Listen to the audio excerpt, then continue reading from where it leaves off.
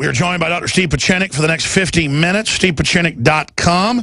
He's a medical doctor and a board-examining psychiatrist, and, of course, held the rank, basically a colonel when he was in the Navy, did a lot of secret operations he can't get into, helped found Delta Force with General Boykin, and, of course, ran PSYOPs for the State Department and advised the U.S. Army.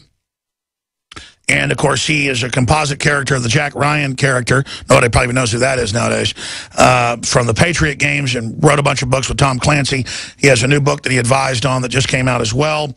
And he's also has a medical company that he never talks about. I'm going to get him to talk about that at the bottom of the hour and take your phone calls. I know we have callers left over from before. Pieczenik can talk about anything. Just address your comment or question at him for those first bank of callers. I'm going to do another bank of callers just specifically for Pieczenik, 800-259-9231. Trained in psychiatry at Harvard University and international relations at MIT. His novels are based on over 20 years' experience resolving international crises. He's a top hostage negotiator for the Department of State and for four administrations. And he's, of course, been a member of the Council on Foreign Relations. And he came on my show back in 2002. And said that 9/11 was an inside job and that bin Laden was dead and their government was financing radical Muslims and letting us attack us and ordering stand-downs. The CFR called up threatening him at the time. And I remember he called me, he goes, yes, they're visiting me. Yes, they're very upset. That transcript, oh boy, I guess leave it up, but what do you think? And, well, the rest is history. And then basically stuff he's covered on the air has been attacked by Stratford, which, again, is an admitted CIA echo chamber. Because the CIA is not supposed to be involved in domestic propaganda. They made it legal this year, but before that, they used Stratford for that, which overall, Stratford promotes, guns and some freedom issues, so at least they're not communist in their ideology. But as a CIA tentacle, I'm not even saying they're the worst thing out there, but, they do criticize me for no reason, because I don't believe they're baloney on bin Laden. But Dr. Pieczenik joins us. He was on Sunday for just 2 segments and was just dropping bombshell after bombshell. I want you to talk to us like we're 5 years old, Dr. Pieczenik, because whenever you're talking, I can tell you're talking to the establishment. And that's important to have that conduit. But there are different groups in the establishment, obviously. So talk about the different power structures that are there, the good, the bad, the ugly, the different mafias that are there, the different combines that are there in your well-researched view. And then describe to us how you see the battlefront, the battle space. Will they pull a false flag to make Obama look like an angel and pull his bacon? Because he's falling apart so fast. What's going on with Russia? I know you're an expert on that and don't like the Ruskies. And the whole Ukraine situation and this gas pipeline. All of it with Dr. Steve Pieczenik right now. And then we'll go to Bill in Thailand and everybody else that's holding. Renee in Canada, Douglas in Idaho, Daniel in Colorado, Wayne in Texas. All right, Doc, there's my long hypomanic introduction to you. You've got the floor now. Tell us, please answer the question. What are the real power structures? Who are the power players in your view? And who are the good, the bad, and the ugly? Well, the real power structure always goes behind what Stalin once said. The power of the gun is what determines the viability of a power structure. That's pretty crude, but it is very real, even in a republic. And remember, we are in a republic. I want to congratulate everybody who's a veteran. But basically, the power structure in America is what Eisenhower said, the military-industrial complex, as evidenced by the following. First, it's the military with its numerous generals, admirals, and all kinds of senior officials, whom we do not need now. We are downsizing our military. We should be downsizing, but we're not. In fact, we have more generals and admirals than we had in World War II, where George Marshall, the most brilliant of all strategists, created 2 wars in 2 different arenas, the Pacific and Europe, where we won 2 wars.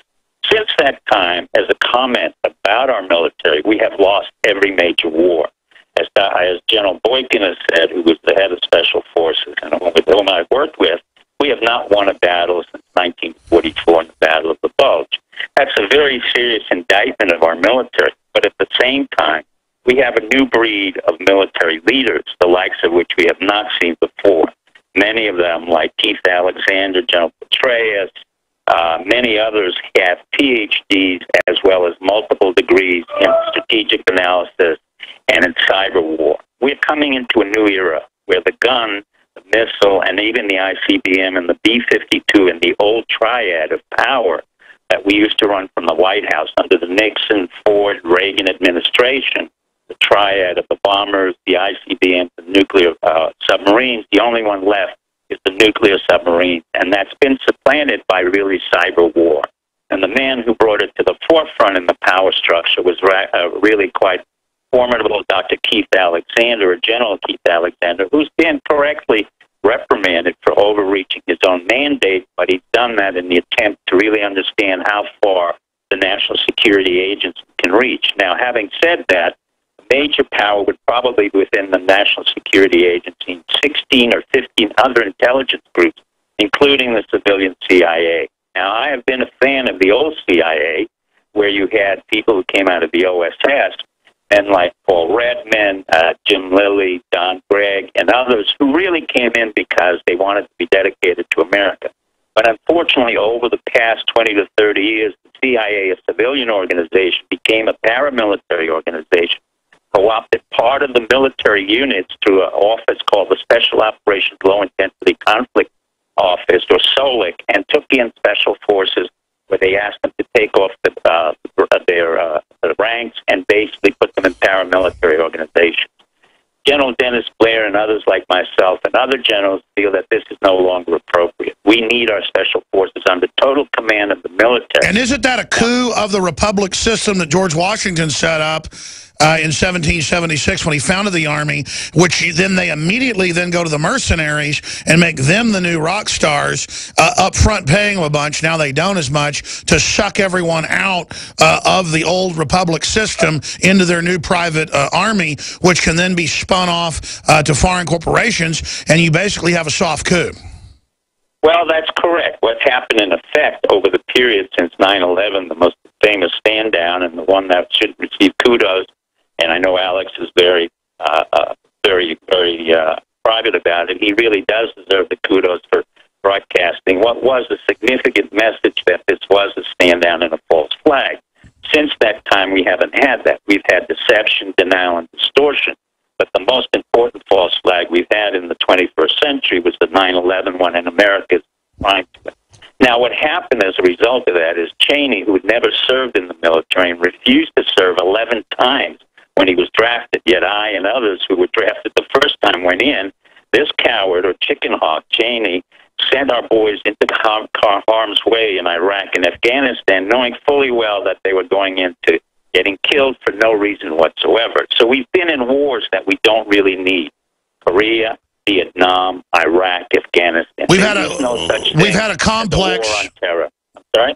So we've had a military-industrial complex that purely was about profit, even if it undermined the overall interest of the United States. That sounds like killing the golden goose. Even if I was a sociopathic globalist making billions, I would not want to undermine my main command base.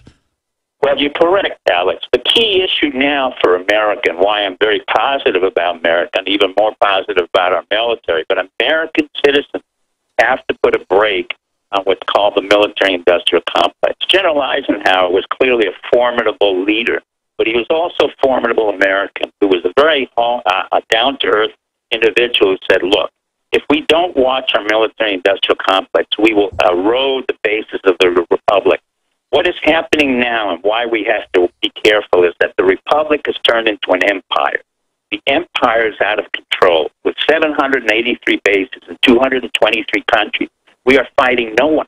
And actually, we have a Navy that should be denying access to the Chinese. That's probably the legitimate national security concern we have in South China, which is being negotiated now. Other than that, we have no real interest in other countries. ISIS is not a major concern for us. Israel is not a major concern for us. The Middle East is not a major concern. We are a formidable net exporter of oil and gas. As a result of that, we have, because of our entrepreneurial skills and ingenuity, we have been a net exporter of oil and now gas. We do not need Saudi Arabia. We do not need any Middle Eastern country to supply oil or gas. And in turn, they cannot manipulate the price that we decide to lower. And we keep lowering the price of gas and oil down from 100 Brent oil to 80 Brent oil, and probably will bring it down to what the Canadians have, which is $50 a barrel of Brent oil.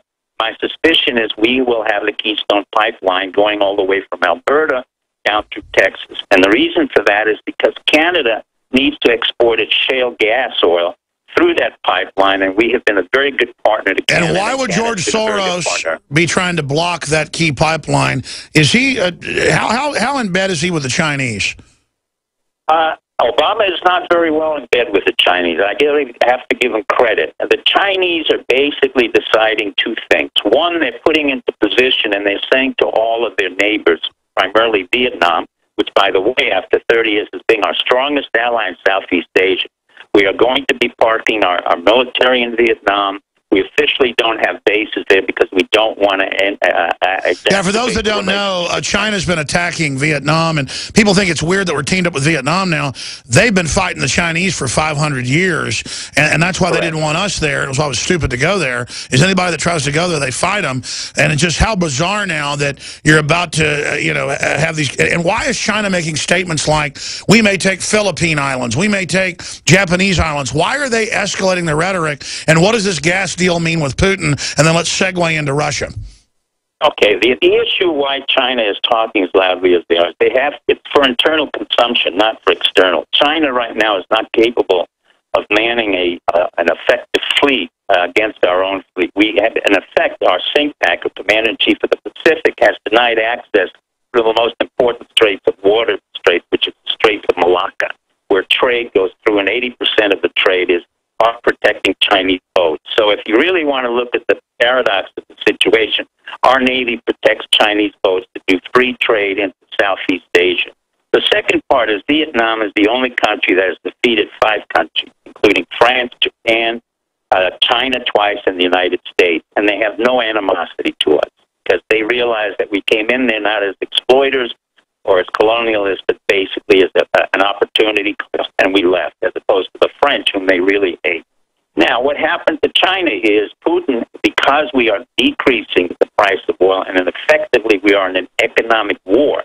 Let this be understood. This is not by chance, nor was Gorbachev correct about saying this is a new Cold War. This is not a new Cold War.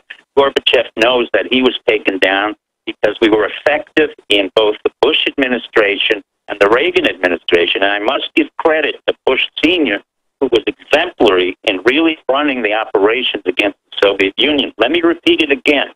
Reagan gets proper credit, but the person who does not get proper credit and should be lauded for what was done in the Soviet Union and against the Soviet is George H.W. Bush, 41, and James Baker, Secretary of State. These are two exceedingly modest men from Texas who have never asserted their rightful place in the history of the takedown of the Soviet Union. They were the implementers. They were the ones who provided the overall oversight over my strategy and tactics that were developed with the RAND Corporation, then incorporated by the CIA and the military intelligence. And we effectively took down the Soviet Union against their economic variables, their military variables, and their religious. Never underestimate that we are a Christian society, a Judeo-Christian society, where Pope John was very effective in bringing together 1 million Polish Catholics on the border of Russia to basically say religion is not dead, and we will stimulate that religion of Greek Orthodox or Russian Orthodox in the Soviet Union, and that was the beginning of the end of the Soviet Union. So contrary to what Gorbachev would like to believe, or anybody else would like to believe, this was really a group effort on behalf of the CIA, the military intelligence, Bush Sr., Reagan, and Baker, who really carried through an immense amount of heavy-duty work with multiple coordinates involved in the economic, the military, even music we used to show that we could break up the apparatchiks, which we used to rock and roll, believe it or not, and religion. So we're not entering a new Cold War. What's happening is, because we are a formidable country, and I think everybody should recognize it and enjoy it at this moment, we have created envy. Envy in this world means that the Russians historically have never been able to equal what we have done, despite the fact that we have taken down twice their repressive regimes. And probably Putin will leave within time because he can no longer manage an economic system that's based on the market economy. Sure. Doc, let's shift gears for a moment. After you finish on Russia, get into, though, the awakening, the moving back to the States, the liberty movement, what you think is positive, because I see a lot of positive stuff, But the corporate globalist interests that are using the United States like it's evil